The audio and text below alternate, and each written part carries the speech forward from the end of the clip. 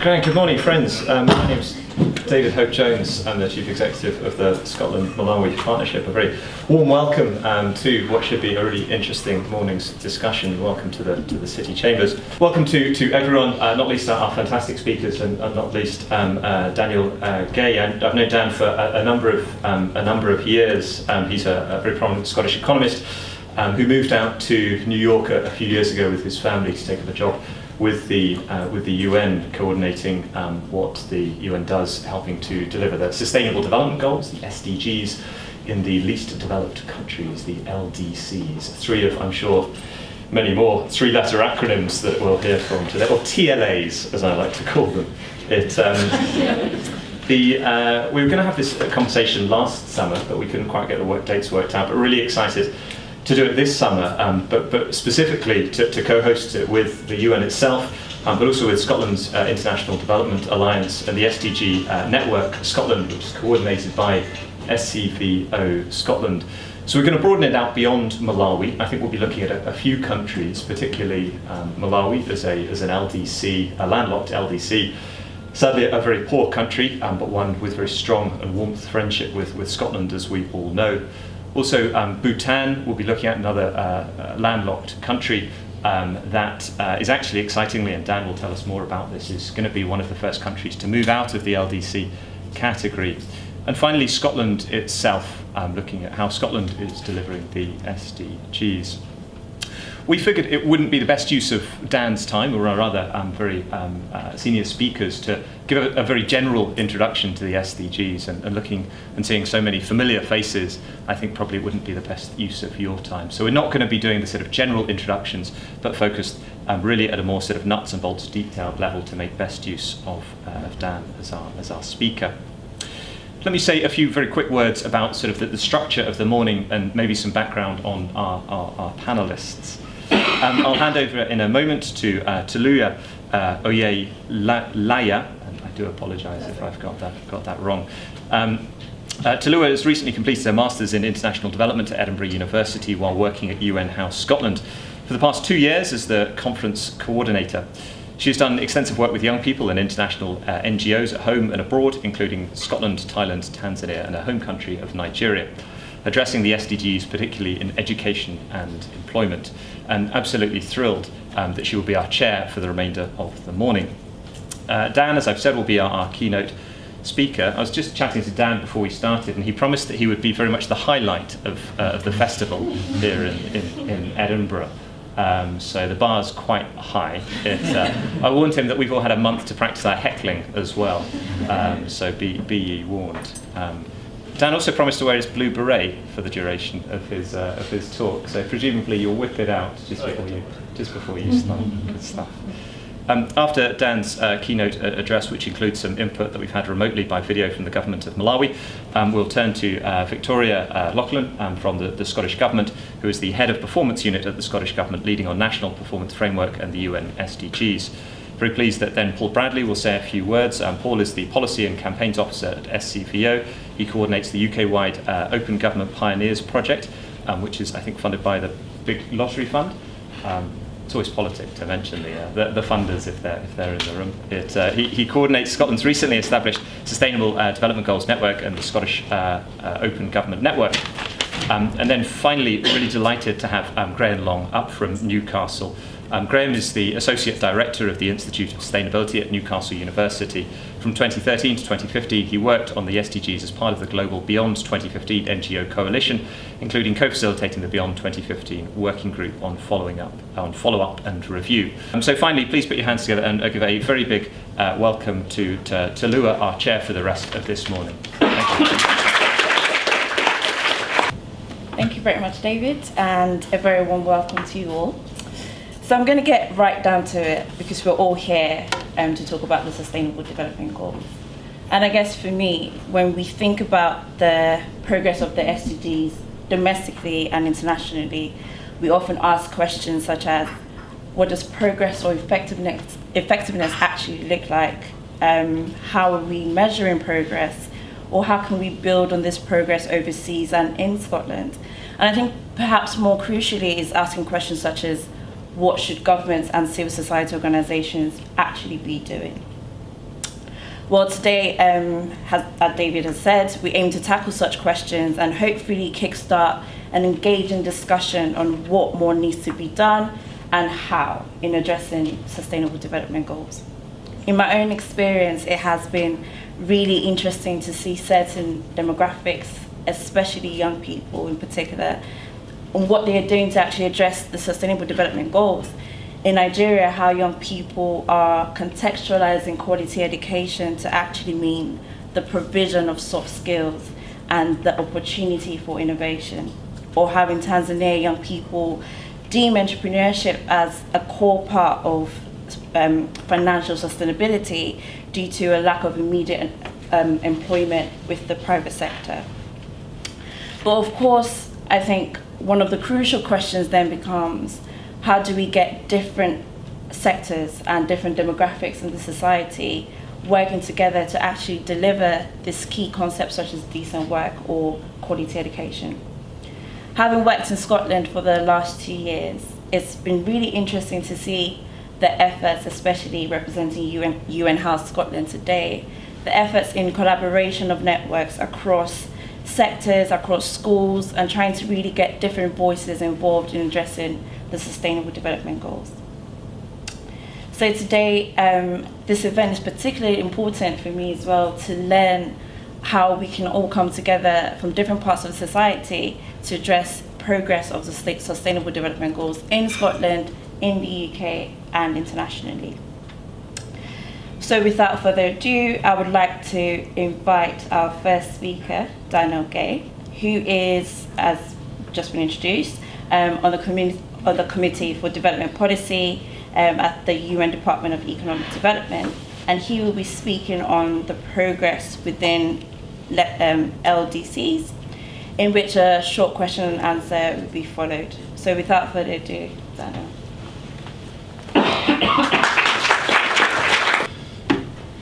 I really am not going to be the best act at the Fringe, I can promise you. I really don't want any heckling, so get that out of the way to start with. Okay, here's the pointer. So thanks, David, and the Scotland Malawi Partnership for the opportunity. On behalf of UNDESA, really grateful to be here and have the opportunity to speak in what is actually one of the more enlightened developed countries with regards to the SDGs. It's really gratifying to see the progress so far on the global goals in Scotland, and it's really exciting to see what might develop in the coming years. So normally, my job as an advisor is to go to the least developed countries and talk about issues of poverty and sustainability, at these really very much least advantaged countries. So it's very different for me to come here and see things from the developed world perspective. I've just been to Bhutan last week. I was there to do a mission to discuss their pending LDC graduation. They're about to leave the least developed countries category, so I thought I'd talk about that a little bit at the beginning. So for those who don't know, Bhutan's a small landlocked Himalayan nation to the north of India, bordering West Bengal. There's about 800,000 people, and it's really quite a unique place in that until 2000 it was ruled by the king, and he voluntarily then decided to give up power and install a democracy. And subsequently, the development of the country in an economic sense and also in an ecological sense has been really rapid. It's done very well. And they have this underlying principle of gross national happiness, which comprises life satisfaction, spiritual well-being, the country's almost entirely Buddhist, and environmental sustainability. So these three pillars underlie everything they do at the government level. In fact, I was working with this thing called the Gross National Happiness Commission. This GNH Commission, three-letter acronym, vets all government policies to decide whether or not they contribute to national well-being. And it sounds a bit waffly and hippie and sort of, wishy-washy, but it actually works, in my opinion. And I think one of the lessons for Bhutan is that this attention to human development, education, health, and ecology actually contributes to rapid economic growth. The place is booming. Until a couple of years ago, they had actually the fastest rate or the highest rate of investment, gross fixed capital formation as a percentage of GDP in the world.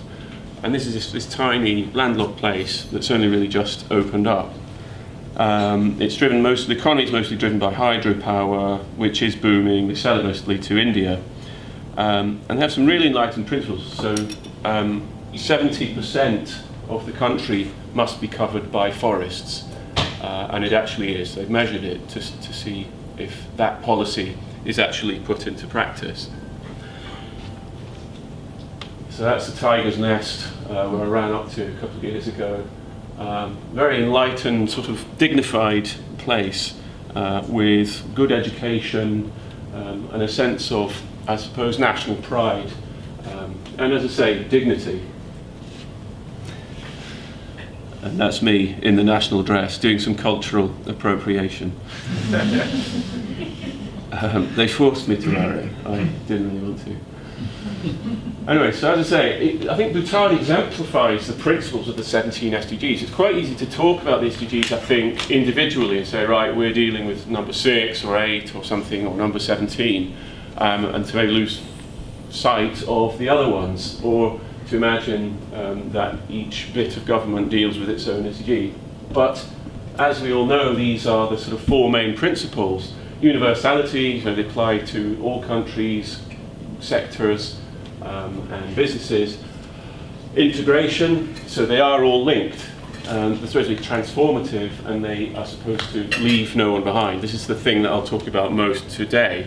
But the idea, I think, or what's most interesting about the SDGs, is that they embody this idea of linkages between human development, ecological sustainability, and economic growth. And for the first time, we can actually talk about these issues together legitimately and in a sort of linked way. And I think Bhutan, to some extent, exemplifies this cross-cutting vision of development. Because for many years, development was considered, certainly among economists, as simply about material progress, simply about GNI, gross national income, or controlling the budget, or very much in a sort of isolated, materialistic sense. So, as I say, for the first time, we can talk about things like equality, sustainability, and ecology. So, I think the other thing about Bhutan is not just that it exemplifies some of the cross-cutting principles of the SDGs, but also that it's an example of leaving no country behind. There are approximately 1 billion people in the LDCs, which is 13% of the global population. And I think if this underlying principle of the SDGs, leave no one behind, has to mean anything, it doesn't just mean across countries or within countries, but it must apply also to individual countries. And we think that there is good reason to actually target individual countries themselves as a sort of ready means of addressing the most left behind in the world, in addition to this sort of cross-cutting international nature of poverty. So the LDCs are mentioned 44 times in the SDGs. Anyway, so here are the LDC criteria. So I work for the Committee for Development Policy, which is the bit of the UN that's responsible for deciding which countries are officially in the least developed country category. So there's a group of 24 experts, of which we are the Secretariat. And they sit down every year and assess this group to see whether or not they fit with the criteria and which ones should be promoted or graduated out of the category. And every 3 years they make a decision at their triennial review. So this is the criteria. LDCs are low-income countries suffering from the most severe structural impediments to sustainable development. And the category comprises these 3 criteria. Gross national income per capita. So for the economists among you, it's using the World Bank's Atlas method, and it's done in purchasing power parity terms. It averaged out the last 3 years of GNI per capita. And we use World Bank figures actually. The UN collects them as well, but they are coordinated with the World Bank. There's a Human Assets Index, which has 5 statistics and the Economic Vulnerability Index. And each of these pieces of data is weighted differently to try and give an idea of economic vulnerability. And I think one of the advantages of the LDC criteria versus the measures used by, for example, the regional development banks or the IMF or the World Bank is that it is multidimensional. And in that sense, to some extent, it's a precursor of the SDGs. It sees development as cross-cutting and multidimensional. It's not perfect, and they're actually in the process of revision, but at least has the advantage of moving beyond development as purely a process of the accumulation of material well-being, or directly addressing wealth sort of as an end in itself. So how these criteria are applied, so the data collected from 145 member states in developing regions. So we don't just measure the LDCs, we collect the data for every developing country. Data comes from UN sources, so it has to be standardized. And one of the things that countries tend to tell us is, oh, the data's wrong, or, our national data says something slightly different to yours, or can't you include this other thing that we think represents vulnerability? But in fact, it has to be universal across all, actually 145 developing states, but particularly has to be the same for all the 47 LDCs in order to come up with a reasonable set of indices. It has to be reliable and standardized. So all the data is on our website. So to graduate or to leave the category, like Bhutan is about to do, a country must pass the thresholds on any 2 of those 3 criteria that I just put up. So human assets, economic vulnerability, or per capita income. Or income can be twice the graduation threshold for GNI per capita. So currently the threshold is $1,230, $1,230, so twice is $2,460. So on income alone, the country can actually graduate. And it must meet the criteria at 2 consecutive reviews of the Committee for Development Policy. So that's for 6 years, it has to meet the criteria. But it's not automatic. The UN can't dictate to a country whether or not it's on the list. And in fact, there are a couple of countries that refuse to be in LDC. Zimbabwe was one, didn't want to be on the list. There are 1 or 2 others which didn't really feel that they belonged on the list, even though the statistics met the criteria officially. And also, conversely, if a country doesn't want to be shunted out of the list for whatever reason, you can't insist. It's done in consultation with the government, and they make representations to us. So also we do an impact assessment. We're mandated by the UN to do this graduation impact assessment in advance of being identified for LDC graduation. UNCTAD, the UN Conference on Trade and Development in Geneva, does a vulnerability profile, and as I say, country views are taken into account.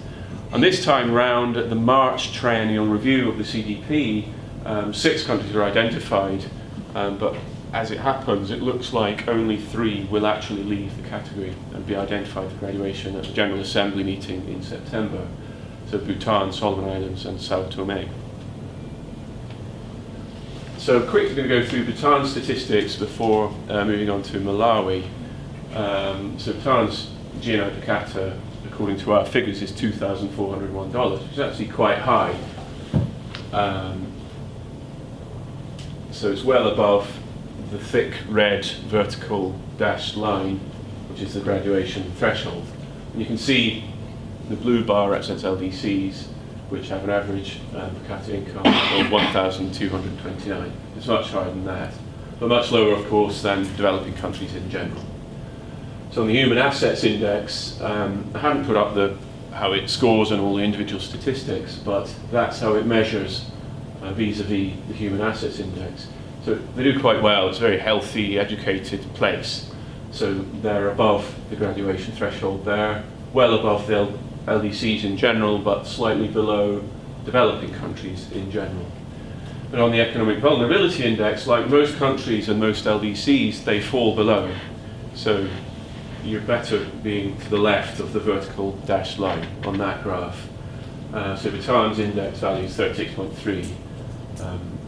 So quite close to the threshold, but still not quite meeting it. So Bhutan was identified for graduation on the basis that it meets the gross national income and human assets index criteria. And it did so for 2 consecutive triennial reviews of the Committee for Development Policy. So that's Bhutan's statistics. So now I'd like to introduce a short video from Adwell Zembele, who's the Deputy Director of Economic Planning at the Ministry of Finance in Malawi. And he's going to talk very quickly about the SDGs, the Istanbul Programme of Action for Least Developed Countries, which is the main the main international programme for LDCs to try and assist them through the international community. And I think a little bit about how the government's kind of trying to meet the goals of the SDGs and the Istanbul Programme of Action. What we have done is taking the SDGs and also the priorities under the Istanbul Programme of Action. Here I have just a copy of the implementation progress of the Istanbul Programme of Action. There are 8 priority areas in the Istanbul Programme of Action.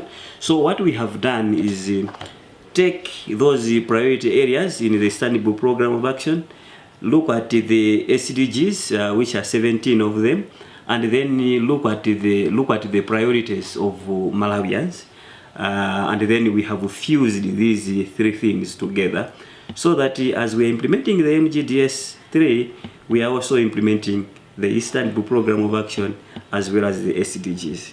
Now, the linkage between the LDC criteria and the SDGs is in such a way that, as I mentioned previously, the LDC criteria talks about 3 things: the gross national income per capita, the human asset index, the economic vulnerabilities. All these are also clearly articulated in the SDGs.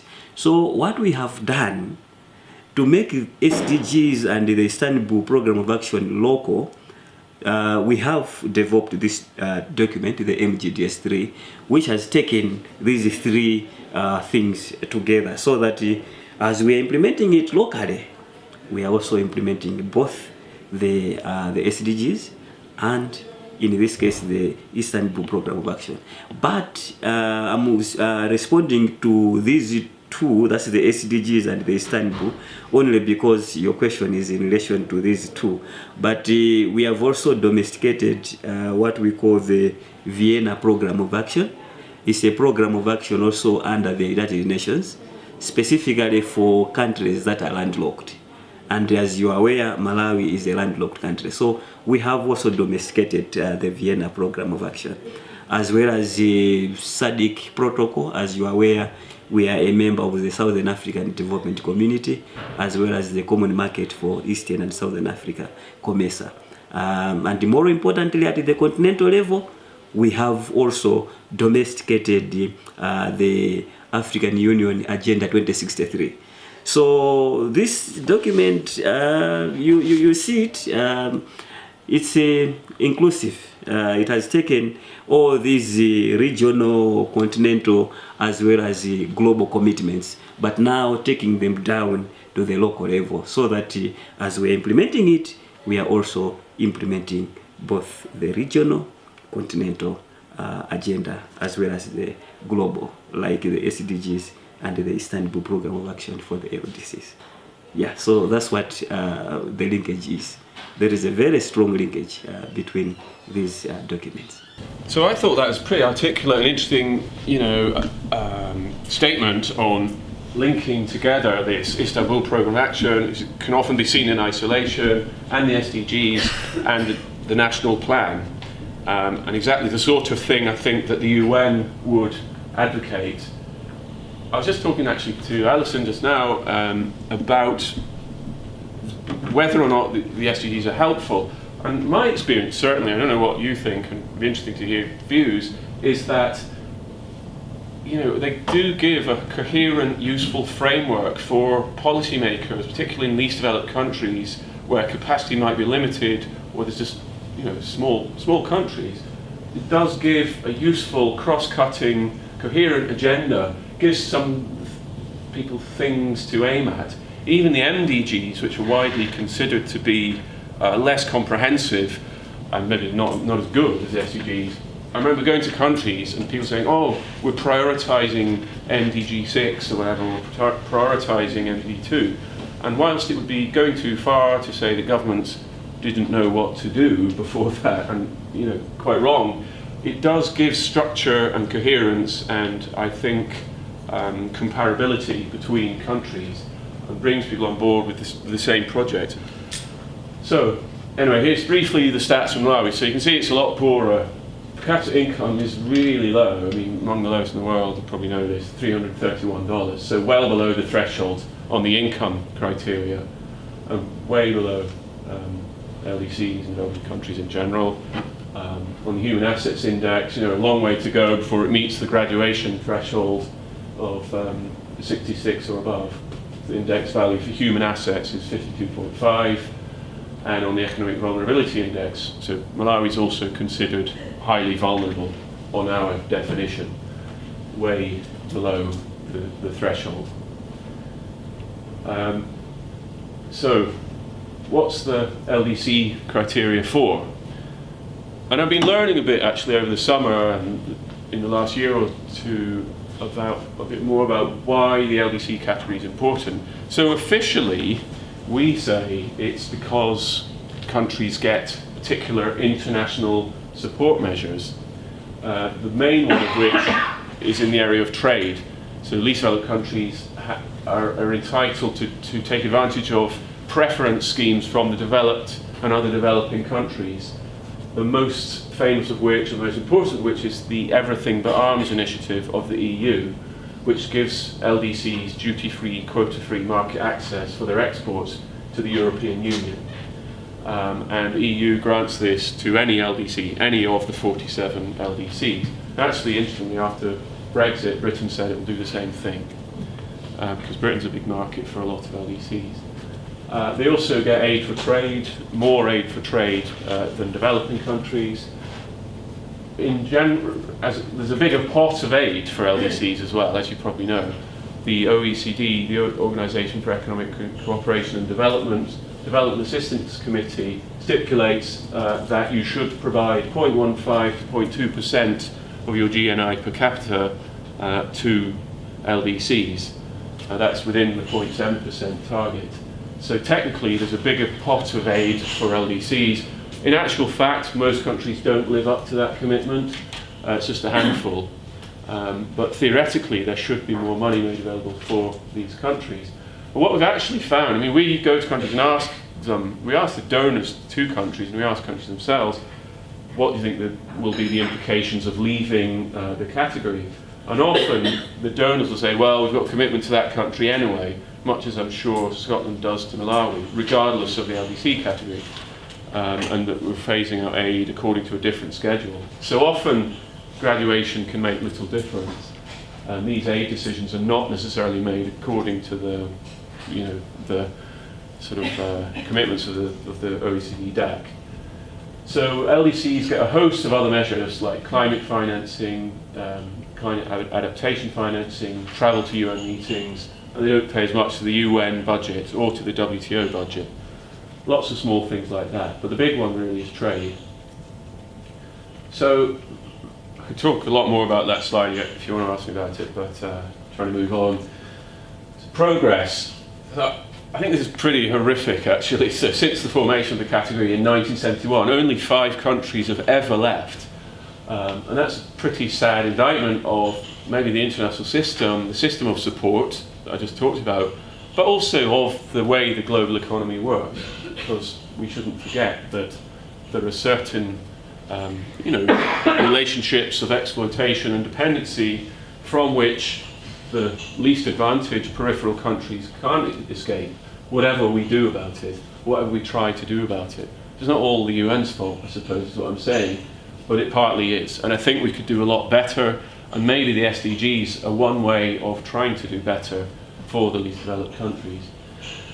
So 2 more countries have been identified to leave, Vanuatu in 2020 and Angola in 2021. But from then on, the sort of floodgates are opening a bit, and possibly up to 10 LDCs will leave from 2021 onwards, which is the next triennial review of the Committee for Development Policy. And we think that by the end of the next decade, the group could become really an African group rather than global, because most of the Asian and the Pacific LDCs are due to graduate.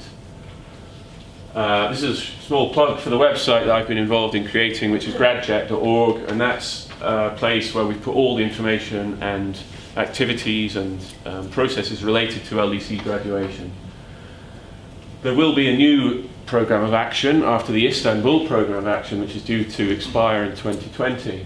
And I think it is incumbent upon the UN, member states, to make sure that that programme of action is even better targeted towards the LDCs.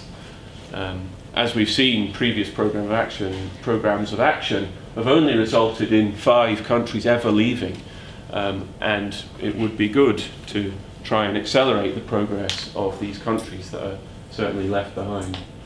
Are the LDC support measures good enough? I would argue that maybe we could do better, and there needs to be work on that issue. In the next 3 years, the CDP will be redefining the category to make it better reflect, I think, environmental vulnerability in certain other issues. So it won't be changed wholesale, but there is work going on to try and improve these 3 statistics or 3 criteria that make up the category. And we at the CDP, at UNDESA, the Department of Economic and Social Affairs, are trying to do a project trying to identify new assistance measures for graduating countries. Because one of the problems with the group is that when you leave, you lose everything, which is partly why countries don't want to get out. They don't want to graduate. It's why, like I said earlier, only 3 of the 6 that officially met the standard this year actually want to leave.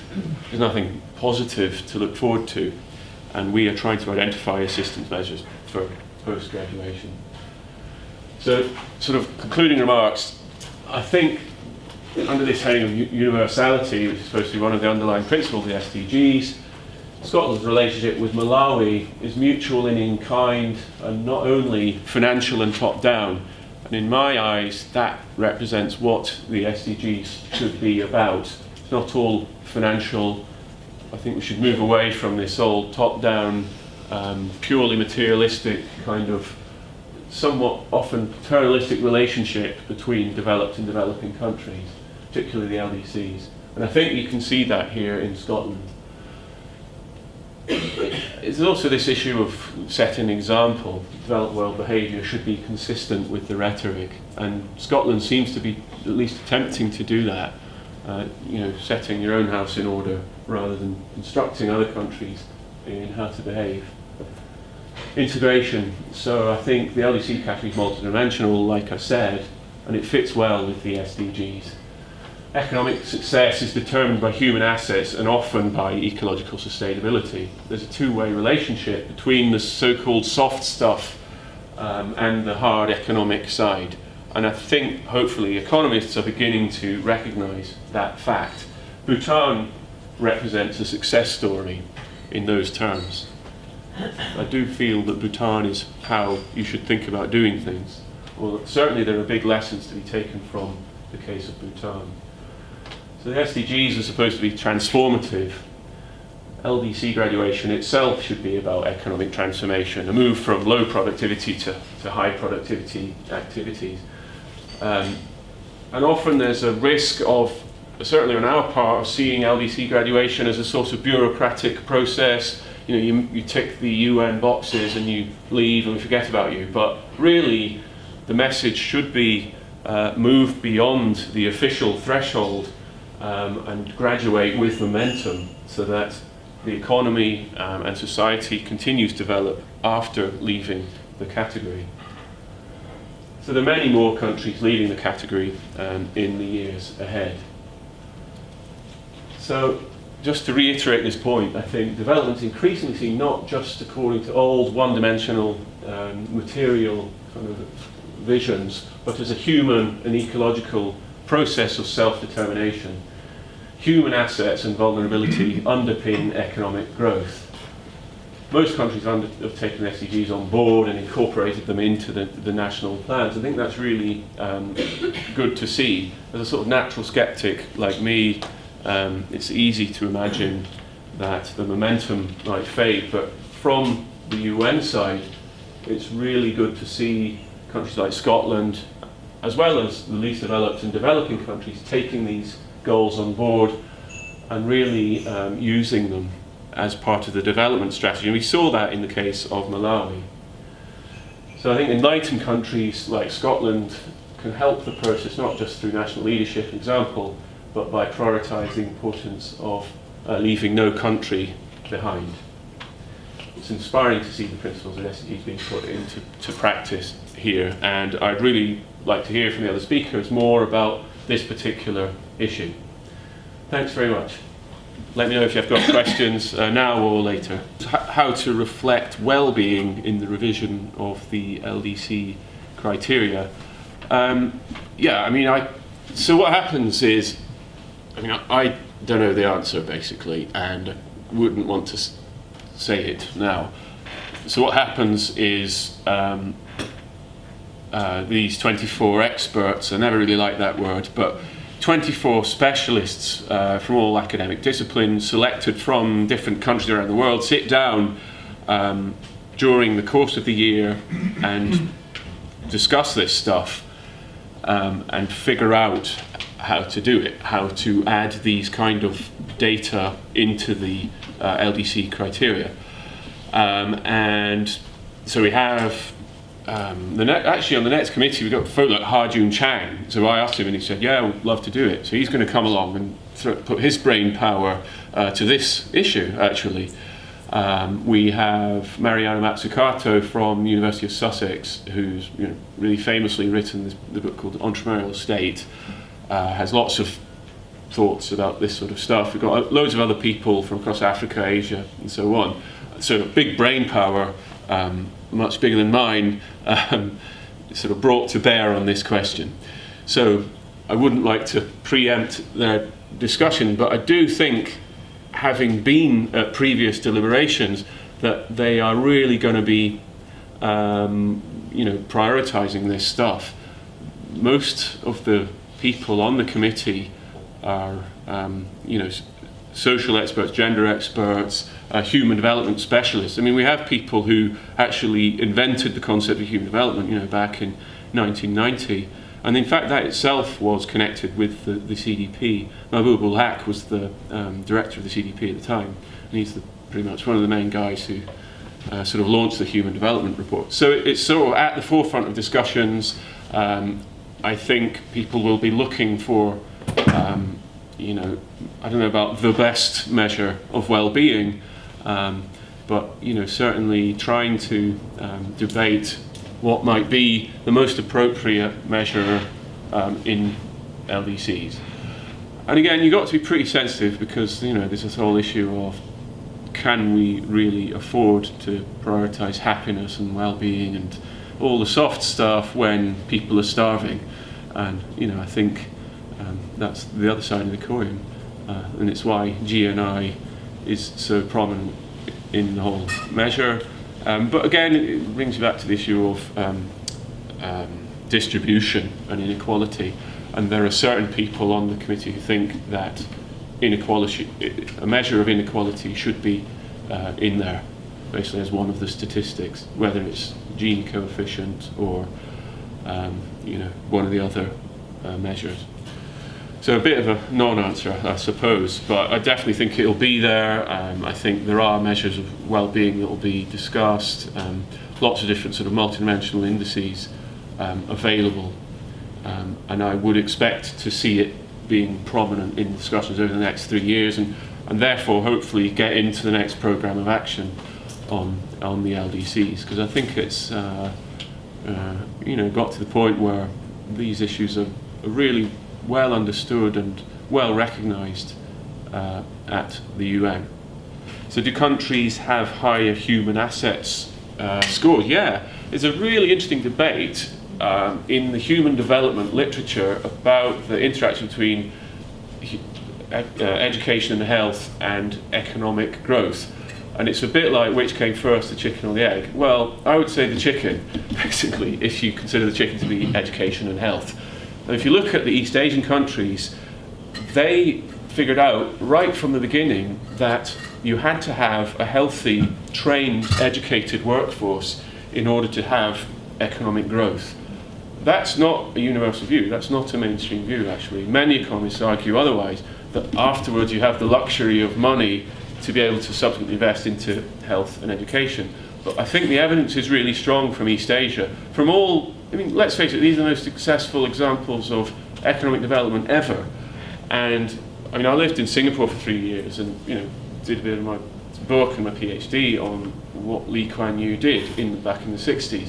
And he said, right, you know, we don't have palm oil like Malaysia did next door. We don't have agriculture.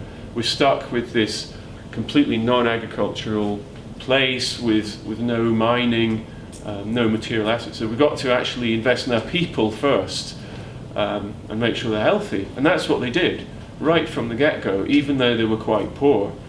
Of course, there's a question of the balance between consumption, expenditure and investment. But certainly Singapore did invest in the human asset side from the beginning. So did Malaysia, so did South Korea, so did many other countries.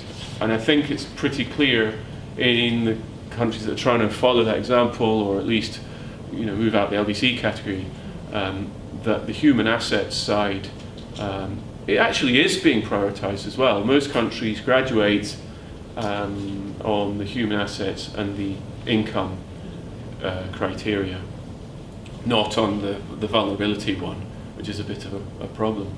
So yeah, a very good question. I think that's the way the causality goes, basically. Although there's also reverse causality in the sense that the richer you get, the more money there is to spend on health and education. But yeah. So the sort of ecological viability, again, I guess I would answer it in a similar way to what I said to Lewis. There are different thoughts about the incorporation of ecology into development, but it is increasingly recognised, certainly by almost everybody on the Committee for Development Policy at the UN, that it's totally central to economic development, and it can't be ignored. There are differing perspectives, and I expect there to be, a bit of a debate in the next 3 years about how to incorporate that particular issue into the LDC criteria. I suppose a caveat I would make is that sometimes the LDC category can be misused in the sense that it really features very heavily in the UN framework for climate change convention framework for climate change discussions. There's this LDC group and lots of money goes to LDCs, but originally in 1971 it was a poverty measure or an exclusion category rather than an environmental category, and its primary purpose is not for that. We're talking about nearly 1 billion people living in extreme poverty, and I think that we shouldn't lose sight of the fact that it is least developed countries rather than environmentally disadvantaged countries. Although, as I said, the issues of environment and economic development are completely linked, and you can't have development without ecological sustainability. So I guess it's sort of marrying poverty and sustainability together. But I would also say that I do expect there to be much more discussion on this kind of stuff in the years ahead. So I hope that's sort of vaguely an answer without being particularly specific.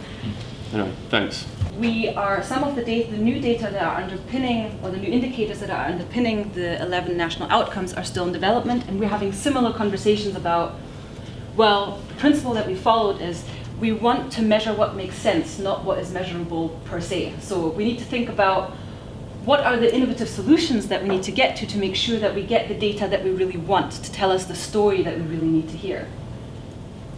So if there's later on a discussion about data, I'm quite interested in that, especially potentially what the role of qualitative data in all of this is as well, in addition to quantitative data. So that's kind of the overarching picture in terms of where we are with the NPF. In terms of the approach that we're taking, so two things that I think are important here is, one is outcomes-based working, and number two is everyone plays the role that they're best placed to play.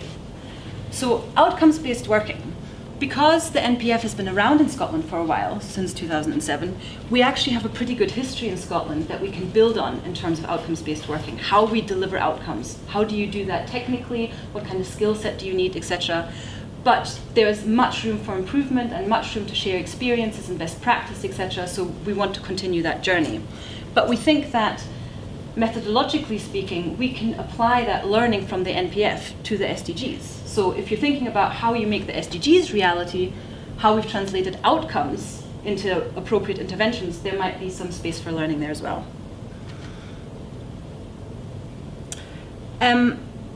And then the other part is connected to that, this translation process. So understanding what you can do to achieve the outcomes and the goals is going to be key.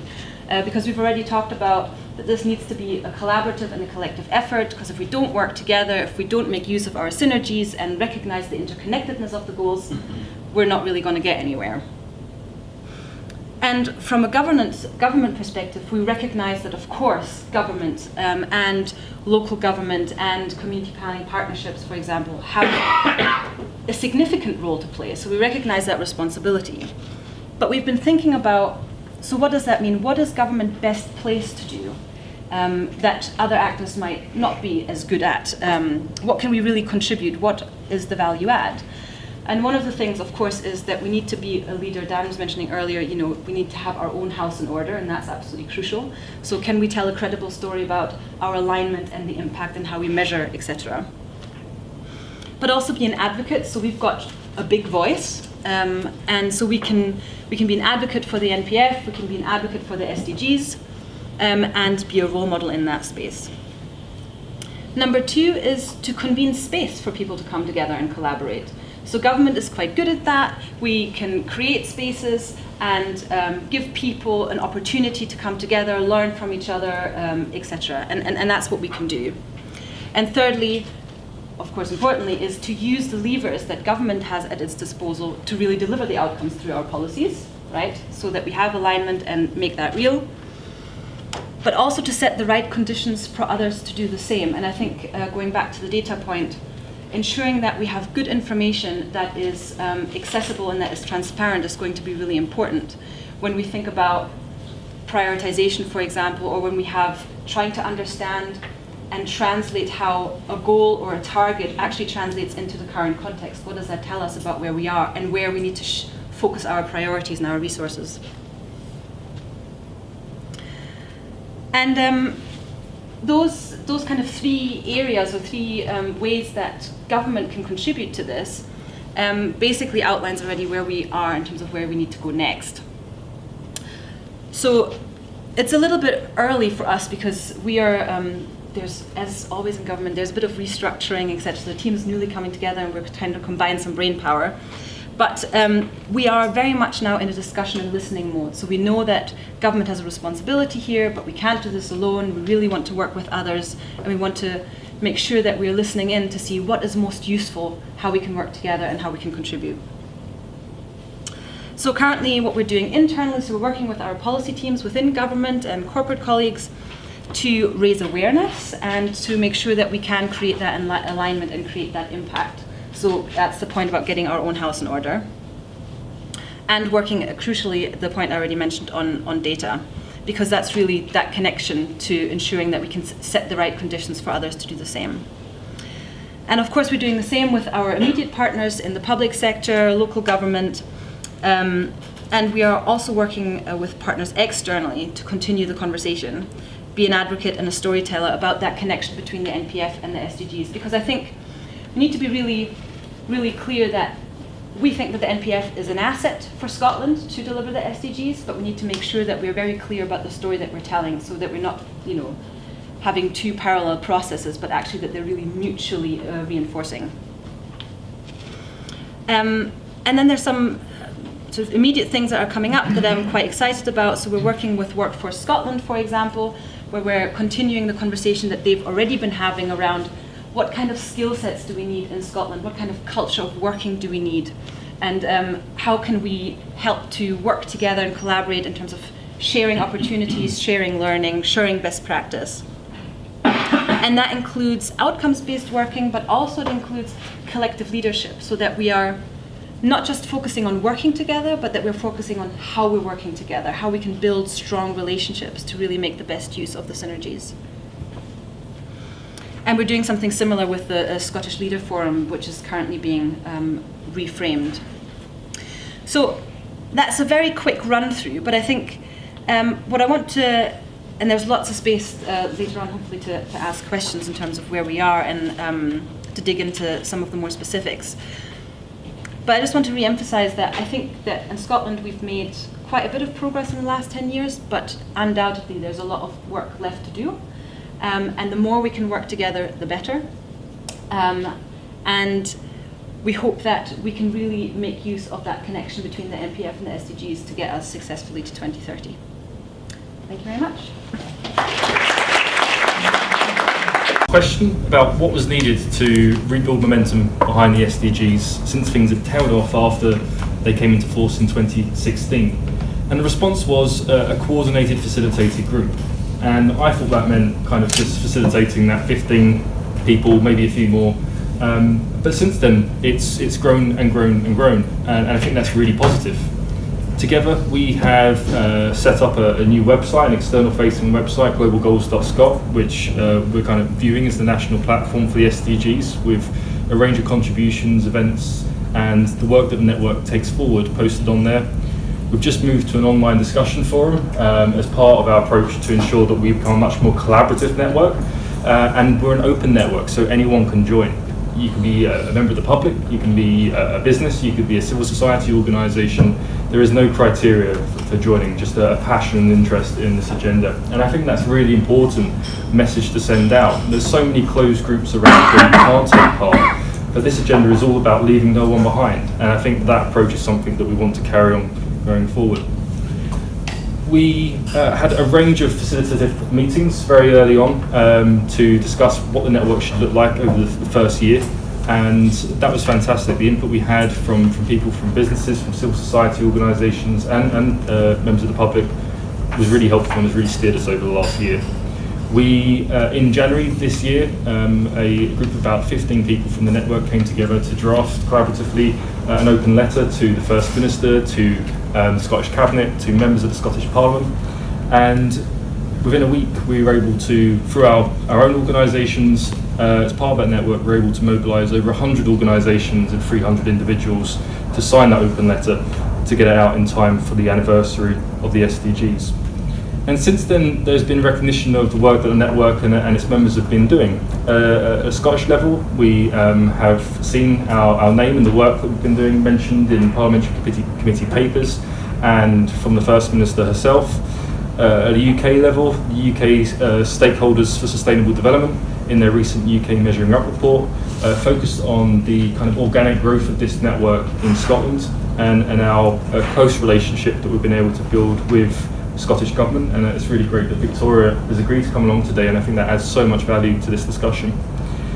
And I think that we have really kind of set the foundations for this next piece of work, and we have now over 140 members in that network. In January we had 40, so it has grown. And the foundations that have been set by that, but also with the Scottish Government's approach to the National Performance Framework and the alignment with the SDGs. And I think that it's not just something that stands out on a UK level, and that I think the UK government should be taking a lot of interest in, but also international level, and how you align your national performance frameworks with the SDGs. I think we are keen to see a much broader plan around SDG implementation in Scotland. So the National Performance Framework really sets that foundation. But how do stakeholders get involved? How do we work with government? How do we involve the public? How do we ensure that the demographics of involvement is suitable for this cross-cutting agenda?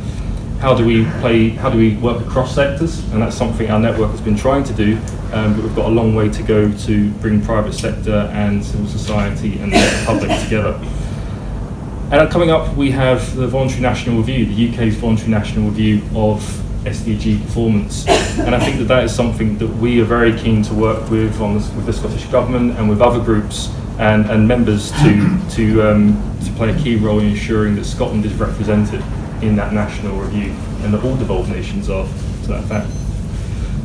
I think the hardest part of this network has been done, setting up the system, setting up the structures, setting up the forums, and bringing together people. And the next steps, I feel, is around, well, how do we take this further?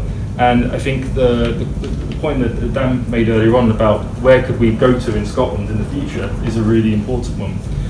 If in a year our members have helped to do this, then what could we do within the next 12 years? And what role can we play? And I think one of the things as a forum that we are going to be looking at over the next few months is how we create a sense of ownership within that network and ensure that we are making the best use of the skills and resources that are available in that group. So I think that's actually a really exciting time to consider joining the network and putting your hand forward or hand up to play a key role there. Today it's been very much a very loose coalition, and we want it to remain that way.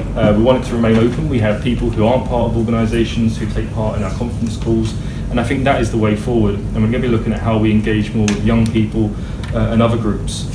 But absolutely, I think what's needed is to really build on the expertise and the experience of organisations and individuals that are already part of that group and potential new members, and how we can facilitate and bring extra capacity to that effort. So please visit globalgoals.scot. You can join the network through there, and over next week we'll put out information about having a discussion on that forum about, you know, how does this network look in the future, what's needed to ensure that we have as much impact, especially as more and more work and opportunities. Thank you. So, in a way, the question facing the UK to do with the SDGs is the same as the question facing Bhutan or Malawi, even though the context is very different. Which the question is, what do we do about these goals? And that answering that question involves knowing what kind of thing they are. So I'm going to talk very briefly about two aspects of what it means to approach this agenda in the UK context. I did this as a PowerPoint, partly so I can embed some links for people who are interested to go away and can look at some of the resources, and I'm happy for this PowerPoint to be made available afterwards. So, if we were to take the SDGs as a set of targets and goals for the UK context, then you have to ask a question first off about what it makes sense to apply to the UK. So what makes sense when we take a target and say, this looks like something that it makes sense to ask about the UK. And then you also have to ask, what's this spatially relevant? So you'll see places where things that the SDGs talk about are very clearly kind of aligned or mesh with or reinforce or chime with public or political priorities or concerns, whether that be kind of obesity or undernutrition in the elderly or climate action or sustainable farming or plastics or whatever. And then you look a bit further at how UK policies and targets align with the SDGs in terms of their kind of ambition and how much of the agenda they cover. And that's worth governments doing, but it's also worth people doing as individuals and civil society doing as well. And so the UK government, but also civil society networks in the UK, as elsewhere in the world, are asking this kind of, what does it mean to apply these goals in the UK, given a kind of an effort to honour the comprehensiveness of this agenda, the interlinked nature of the agenda, and also a focus on inequality and on the vulnerable and the most marginalised. That's the idea of leaving no one behind.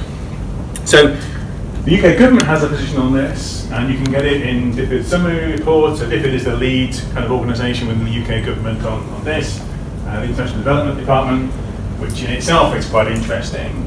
So they're the lead people on UK implementation, and session in New York in July, and then David came along and said, well, look, the SDGs are all about UK domestic implementation, which is interesting. So I think they've definitely got the message. The UK, so a kind of a cross-Whitehall initiative also aims to align the UK government's single developmental plans against the SDGs. You can go to the link there and see how different departments conceive of the work they're doing in terms of the SDG goals. Clearly, though, what the government says it's doing isn't the same thing as what people themselves should reflect on, whether that's right or wrong. So clearly, kind of a more critical perspective on what the government does or doesn't do is possible in the UK context, as in the Scottish context. And debate and participation of people in that debate is itself valuable as part of the SDG agenda. It's in the SDG agenda. So the second part of approaching this agenda, the first part is the targets and the policies. The second is understanding the data and the indicators and the situation that we're in, what baselines we want to set, how to gauge progress over time. The SDGs come with an indicator set, a set of metrics on which their progress is to be measured globally. And also, the Office for National Statistics has a set of national indicators, which so they aim to track and reflect these global indicators, and there's a website which is this link here, which kind of is a first step at mapping those global indicators for the UK context. And then there's kind of a further aspect of this that we can talk about in questions over lunch about how far the work of the ONS is aligned with the work of the Scottish National MPF and where the indicators align and where they don't. So there are gaps within both of these indicator sets, within both of these sets of metrics that tell us how far we would be going and what the baselines are, and also gaps between them. And both of these sets, you kind of have the questions of, well, where we don't quite measure the same thing as the global indicator set, do we measure something different and say it's close enough? Do we try to work towards kind of closer commensurability? How far should the national context matter? These sorts of issues. Just a word on leaving one behind as kind of the theme of the event. So, leaving one behind is partly a data disaggregation agenda. It's partly about spotting from disaggregated data which groups fare worst in certain respects. But also, just not featuring in the current data or having your dimension of marginalisation or vulnerability kind of not picked out in the current data is one way in which you are left behind.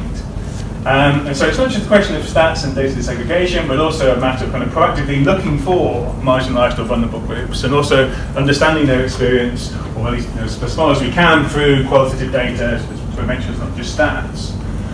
And of course, importantly, participation in decision making and participation in review of the global goals and the MPF in the Scottish context order is itself a respect in which you can be marginalised or not, in which you can be included or excluded. And that's something that it takes political will to address rather than just data. So, UKSSD launched a report earlier this year, Measuring Up, which aimed to take kind of a snapshot of how the UK currently fares on the SDGs, and it's well worth reading. It's not perfect. It's underpinned by a view on the questions that I just outlined over the last couple of slides. So it takes a view on the applicability of the agenda. It tries to do a lot of the targets in the UK context, even the ones you might not think are were the hotspots, but it also tries to pick up hotspots of relevance and highlight that in the narrative content. It makes pretty extensive use of near neighbour indicators because I helped to find all the indicators, and we couldn't always find the exact one. We found something pretty close that seems to bear on kind of a judgment on whether the target's being met or not. And it makes a good faith effort to try to focus on marginalised groups. So how far I can do that in the final report, which is space limited, was tough. So the final report, you get kind of a narrative on each of the goals, and you get a red, amber, green traffic light rating on progress for each of the targets that were considered applicable in the UK context. This is actually drawn from a much more complex technical document running to several, well, so my version ran to 130 pages, so I suspect the final version ran a lot longer. Which collates for every target the data and the policy that seems relevant, and then people look to that in each chapter to decide how things looked. In putting this together, and if you were ever to look to, so Lewis was chatting to me at the start, if you ever look to do this in the Scottish context, then clearly trying to keep this exercise cohesive between the chapters, trying to make sure you have the breadth of expertise across your partners to do a good job of each of the target and goal areas, and also trying to make sure that whatever you produce at the end doesn't overclaim the legitimacy of the organisation or the partnership that put this together, but at the same time tries to include the widest range of partners and so give itself the most legitimacy. All these sort of challenges that UKSSD faced. I think what you get out the end is a good faith, albeit imperfect effort to assess the SDGs we've got. And I think it's to the credit of the report that tries to do that rather than try to measure the ones that we would like to see, and so we start inserting other things. We start kind of cherry picking bits of the agenda that we're keenest to focus on. I think the measuring up tries not to do that. I think it succeeds pretty well. So, final slide. The conclusion, or kind of the message from the UKSSD project is that it's challenging but not impossible to do a stakeholder review of the SDGs in a national context fairly comprehensively and fairly quickly. As was mentioned, there's a UK Voluntary National Review, or VNR, ongoing at the moment. There's some kind of consultation that should either be already launched or be about to be launched from DFID, seeking views of civil society on that. And the UK government will collate that sometime after Christmas and then try to move to a final draft and then present that to the United Nations. There's a set of guidelines on what that should contain, what should be in it, how it should be put together. That I think make very interesting reading for devolved administrations, for national human rights bodies, for trade unions, for a whole range of civil society stakeholders.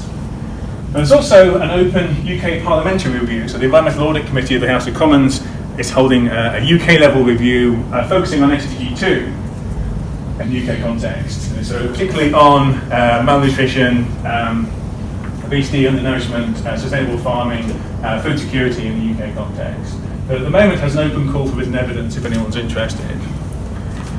So that's just a bit about the current context very quickly, and the role of UKSSD within that. Thanks so much.